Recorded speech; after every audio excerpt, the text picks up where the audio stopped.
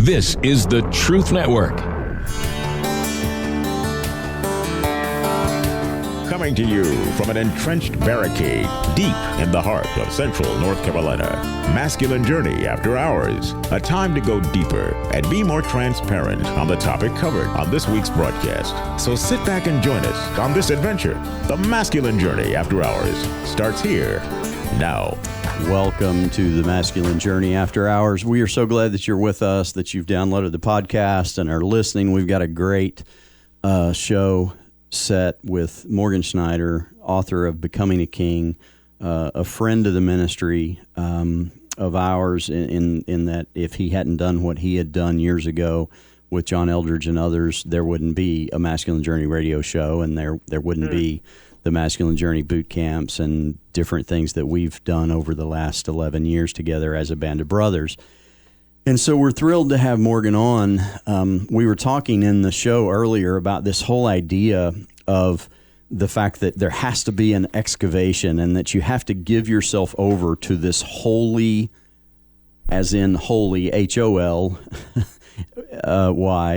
holy excavation process to allow God to begin to excavate things. And we want to start out with a clip that we're going to jump into. And this clip comes from the movie Gladiator, and it's not one that we've played on here a lot. I don't know if we've ever used this clip, actually.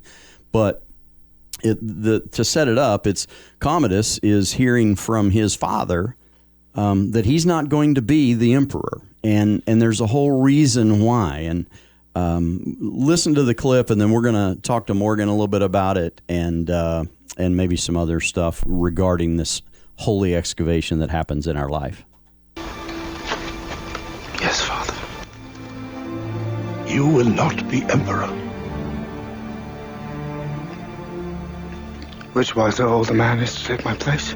My powers will pass to Maximus, to hold in trust until the Senate is ready to rule once more. Rome is to be a republic again. Maximus. My decision disappoints you? You wrote to me once, listing the 4 chief virtues: wisdom, justice, fortitude, and temperance. As I read the list, I knew I had none of them. But I have other virtues, Father. Ambition.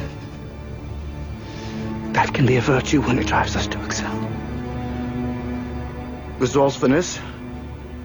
Courage. Perhaps not on the battlefield, but there are many forms of courage. Devotion. To my family. To you. But none of my virtues won your list. So here's a man who just got some really bad news. He got that kind of disruption in his life that God often gives us as the diggers begin in our life, if we're willing to submit to the digging that goes on. And so we've got Morgan Snyder on to talk about that. Morgan, I would love to hear your thoughts on that clip and other things, Masculine Journey. Yeah, it's really a powerful, moving scene, and there's even one actually that comes before it that ties into it so well. You know, as you guys know, every great story borrows its power from the gospel, the story of all stories. And so what strikes me in that is you hear in Commodus, he's longing for something. He has the question that's unanswered, and below the asserting, these are my virtues, this is what I do have. You can see the boy just scrambling with this question, am I not lovable?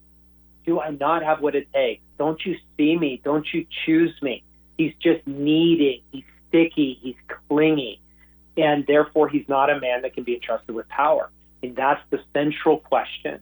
When can you entrust a man with power?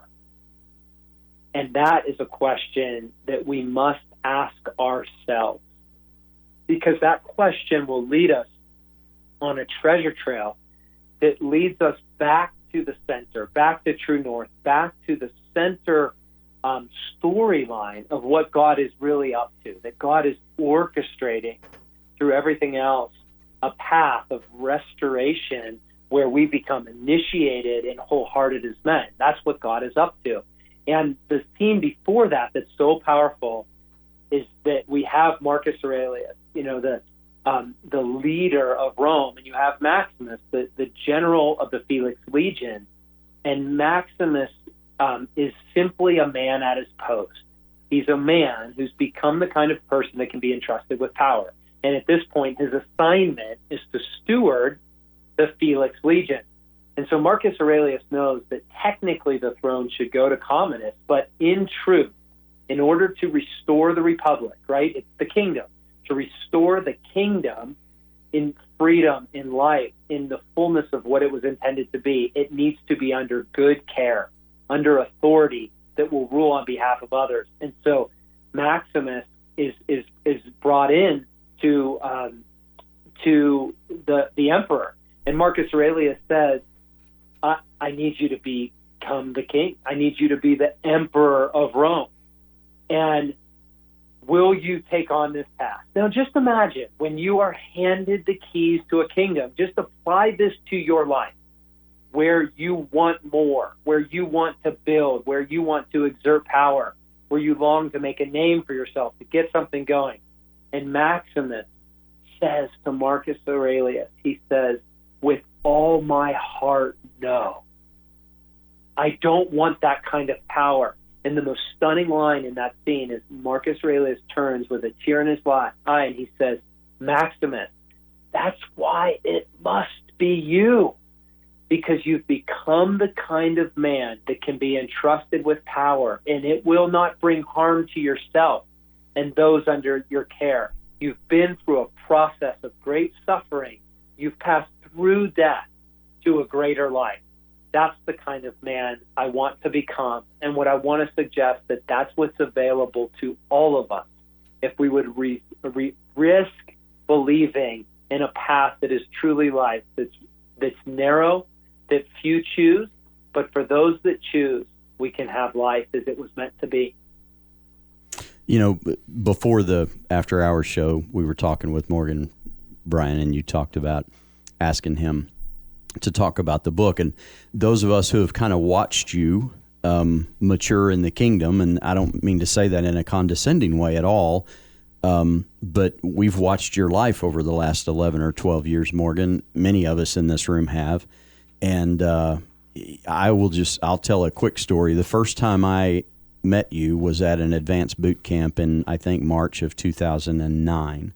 Sam and I teamed up and made our first Dangerous Heart boot camp and Good Heart boot camp in November of 2009. So we were babies and rookies and didn't have a clue what we were doing.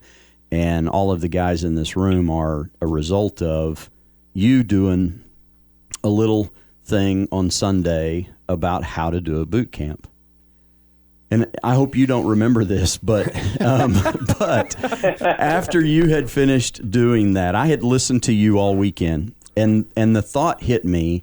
I was about, in my mind, 14 or 15 years older than you, had been pastoring churches for the better part of 20 years by that time. And here's this young guy, Morgan Snyder, who is up on stage and doing a wonderful job and communicating wonderful truths, and I was mad. I was upset about it. And I was an arrogant jerk. I'm still an arrogant jerk. I'm just, God's excavating some of that. And so in my arrogant jerkedness, I was sitting there just kind of seething with that. Like, man, what has this young guy got to tell me? What's he got to say that's worth me listening to? And the Holy Spirit began to work on that, and I began to allow that to happen and prayed about it. And as the weekend went on, more and more and more of the things that you said hit me with greater and greater impact in a wonderful way. And so the first meeting you and I ever had, I actually apologized to you. You didn't know me from Adam, but I said, Morgan, I owe you an apology. And you went, for what? I mean, you knew you didn't know me. And I said, well, because I've been sitting here as an arrogant jerk, thinking, what does this young guy have to teach me?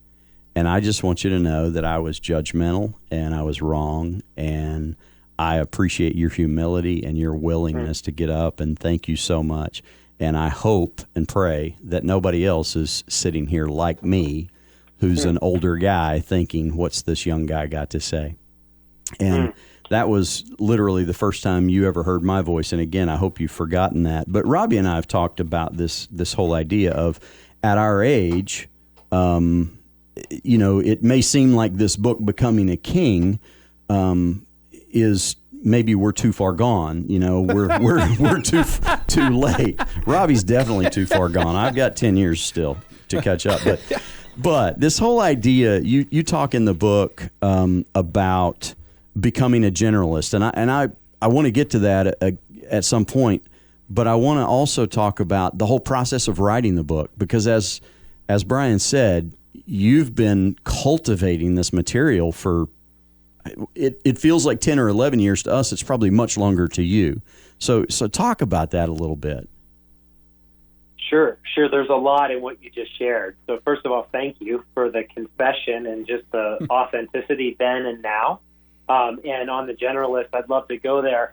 And then on the writing process. So there's a lot in there, but I think I can tie in responding to the writing process with that first story that you told, because one of the things I learned in the beginning of this process 22 years ago is we live in a culture with tons of information, right? It's an age, it's the information age. It's exponential change, exponential growth. It's more and more, faster and faster. And the problem with being a gifted man, as every man is we can easily know more than we've lived. We can have information but lack maturity.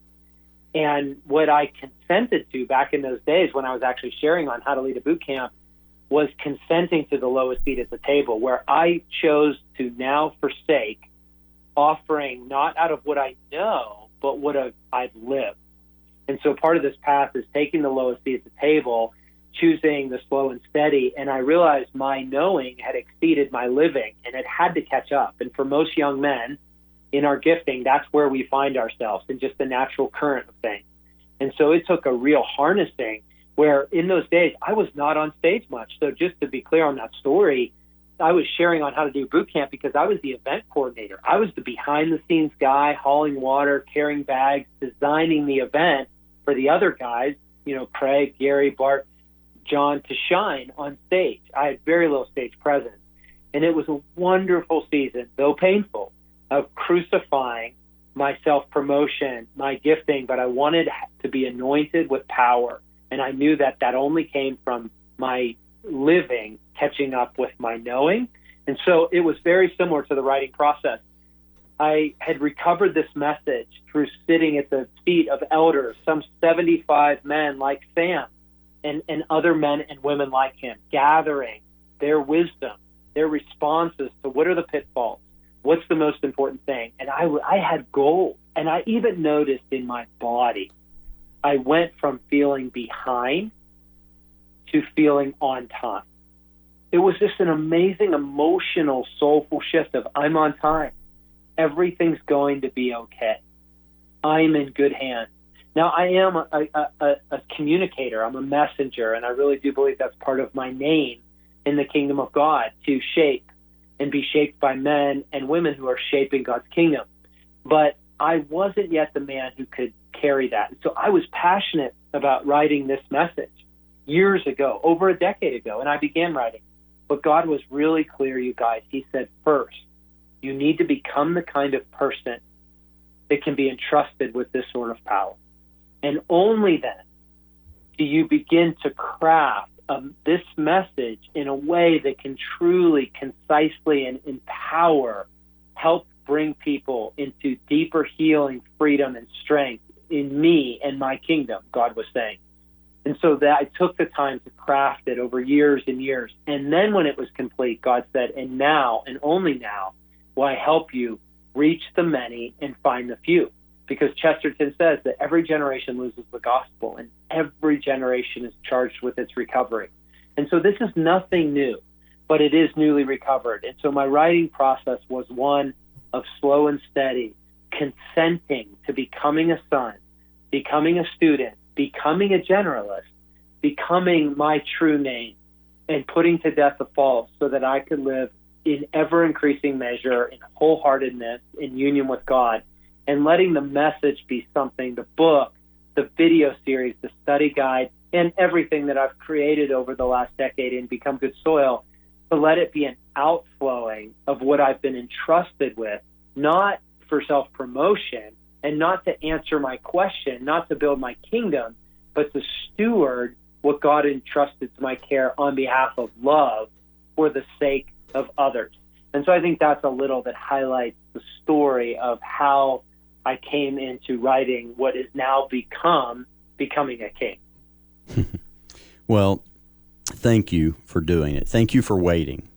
As painful as that is, I'm the most impatient human alive. Oh, it is painful. And death, right? My wife reminds me of that every time we go on a trip, and she says I'm driving because I don't want to listen to your road rage or whatever. And we almost need to take separate airplanes to go places sometimes, just because I am totally the destination guy, not the journey guy.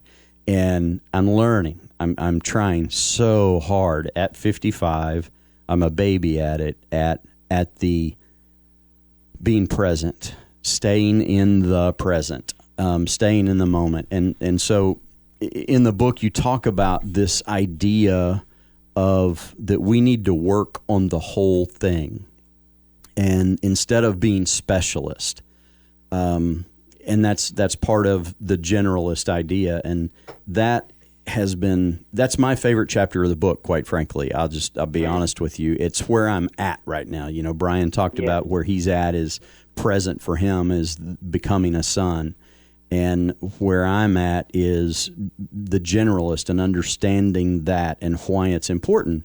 And to give you a tiny bit of feedback on that, I'm building my own house right now. I've never done that before. I've helped build houses. I've trimmed houses. I've done all kinds of different things, but I've never been the general contractor and done the whole thing from start to finish with my money and my wife's expectations. Not that they're unrighteous at all, that she's very gracious, but you know, if I fail, I make a fool out of me and her and everybody else. And so for the last year and a half, I've been telling Robbie and Sam, oh my gosh, I'm so scared. I know I have to do this, but I'm scared to death because I've never done it from start to finish. And you talk about that idea of working on the whole thing. And so if you would enlighten us a little bit on that. Sure, because it's a very important category and it can easily be missed. And so here's the question that I want to start this dialogue is, where do you feel uncomfortable as a man? Where do you feel unsteady? Where do you feel exposed? Where do you feel around other men? Well, like you don't fit, right? And I'm not speaking even to you, Darren. No, we're all of us have our shoes and socks off now. We're using fingers and toes. I want you to know I'm wearing my Carhartt just for Andy. Right. You know, I mean, how many places? It's easier to tell you the places we don't feel that way. Okay, but here's what's so important is it's very easy to get a false security. If someone else just heard your story and they go, oh man, I got this generous thing. I work with my hands all the time. Like I built my own house. Yeah. So I got this, right? But what I want to say to that guy was, how are you handling your daughter's heart? Amen. And coming to the center of her story as a girl for her sake. How are you playing her games? How are you watching her shows? How are you enjoying being a master of her hobbies alongside her? How are you painting her nails? Okay, so for the guy that kills it on a golf course in a boardroom, right? But then his car breaks down and the tow truck guy shows up and they're looking under the hood and the tow truck guy goes, what do you think's wrong? And the guy's terrified, right? Where he says, well, if he was honest, he'd say, what's wrong is it doesn't work. It was working before, and I turned the key and it doesn't work. It stopped working. That's what's wrong, right? But then there's another guy that kills those things. He can work on engines, but you put him at a meal with white linen tablecloth and 4 forks and 3 glasses. And he's going, what the hell does the guy need 3 forks for? Exactly. Yeah, exactly. Right? Okay, so we all have a frontier. And we all have a frontier in this category of a generalist. Right? Ronald Reagan says sometimes the best thing for the inside of a man is the outside of a horse. We were born into a particular story, a particular time in history that's very unique. It is unprecedented. If you look over human history, a conservative estimate is our reality in many ways, which is the industrial age, into the informational age, the technical revolution. It represents like 1.5% of human history at the most, but it's very likely to be 0.001% of human experience. Like, we don't have time to unpack that all now, but there were massive shifts in humanity. Most of humanity was the same, roughly, from Adam and Eve to ancient Mesopotamia and farming. And then there was not much change from 1700 AD, or from 3200 BC to 1700 AD, when you get the revolution, the Industrial Revolution, and you get machines, and you get steel, and you get engines, okay? So what's so important is we have to ask what Isaiah asked 2,000 years ago, what times do we live in? Because he says no one stops to think. And so if we stop and assess the world in which God chose for us to be born, it's very unique, and it's an age of specialization where we learn to get really, really good at a few things. And the problem with specialization that we justify and reduce life to this common denominator of a thing called money is a means of exchange, is it makes all things equal.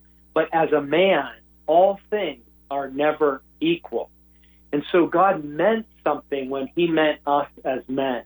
And the idea of becoming a generalist is to recover the whole of a man, to recover all the parts of what God meant when he meant us as a man universally. And so there are parts of us that have gone to sleep. It's like a muscle that you have a broken arm in a cast. The bone is healed, but when the cast comes off, the muscles are atrophied. And what you find when you experience a lot of men are atrophied parts of what God meant in masculinity. Part of that is because of the culture we live in. Mm-hmm. And so the invitation to become a generalist is to recover the whole of a man. And that is very unique to every man. And so that's why it's so important to start with the question that I posed, is what is our frontier? Where do we feel exposed? Where do we feel disqualified? Where do we feel uncertain? And if we move in those directions, inviting God to father us through the process of becoming a generalist, then it's on this foundation as a wholehearted man and the things we all share in common that's the foundation at which we were intended to become the specialist, the craftsman, the unique image bearer that God had intended. But without that generalist, we remain uninitiated. And the problem is when we aren't wholehearted and we turn to external things to fix, but you cannot trust a man that hasn't become the whole of a man as a generalist. So whether it's a broken mower or a broken heart, we have to ask the question, how do we recover our whole heart as a generalist in the things that we share in common? That's so cool. My wife, your wife kind of knows, by the way. And so ask her, right? Ask her the question. She'll tell you 3 things to do. So, scare you to death. True story. I am the Christian car guy. I have a national radio show, and a lot of people think I know a lot about cars. But, I was the Christian car guy because I sold cars, right? Beautiful. That's beautiful. And so, I order a trailer hitch from my Toyota, and it comes in, and it's got all these parts, and they deliver it on the door, and my wife's like, you're not going to put that on, are you? Oh, but you're the Christian car guy. You got this. You can nail it. Yeah, I'm a 65-year-old Christian car guy, and this thing weighs a lot, you know? But nonetheless, you know, it was just like, now I know how good I'm going to feel when I get this thing installed. And I know that God's going to walk me. I was praying constantly and thinking, you know, this is going to be cool. And there's this sense of righteousness, like we're going to make this right, and we're going to do it right. We're not going to have extra parts. Yeah. You know, like I normally would rush things, and really, you know, just stepping in. And again, I could have gotten some help. You know, I could have called Darren or somebody that knew what they were doing, but it was still, you know, part of that pose that everybody thinks, oh, he knows everything about cars, but totally. You know. Well, Robbie, let me ask you those this. of us that know you know different, but so Robbie, 2 questions. What was it like when you were actually, as a matter of fact, trying to install the hitch, and what did it feel like when you were done? Well, what was like, you know, clearly like, oh man, I don't know if I can get this done. And then I had to lift up this one part with one hand to try to get the bolt in at the same time. And I was trying to come up with, you know, makeshift ways to get that thing lifted because I'm just not that strong anymore. And I was just praying, God, what's my next move here? You know, and I thought, man, I'm not going to be able to get it done. I'm not going to be able to get it done. And then all of a sudden, boom, the bolt went through, and it was like, hallelujah. It's going to be all right. Hey, Morgan, thank you so much for hanging out with us. We would love to have you back anytime you want to come hang out with us for an hour or 27 minutes. But I want guys to go get this book. I want women to go get this book, Becoming a King, Morgan Snyder. You can get it on Amazon. You can get it, the video series, the study guide. There's a ton of content on Morgan's podcast, Becoming Good Soil. Just so much valuable information there. And we also want you to go register for a boot camp coming up July 16th through the 20th, masculinejourney.org.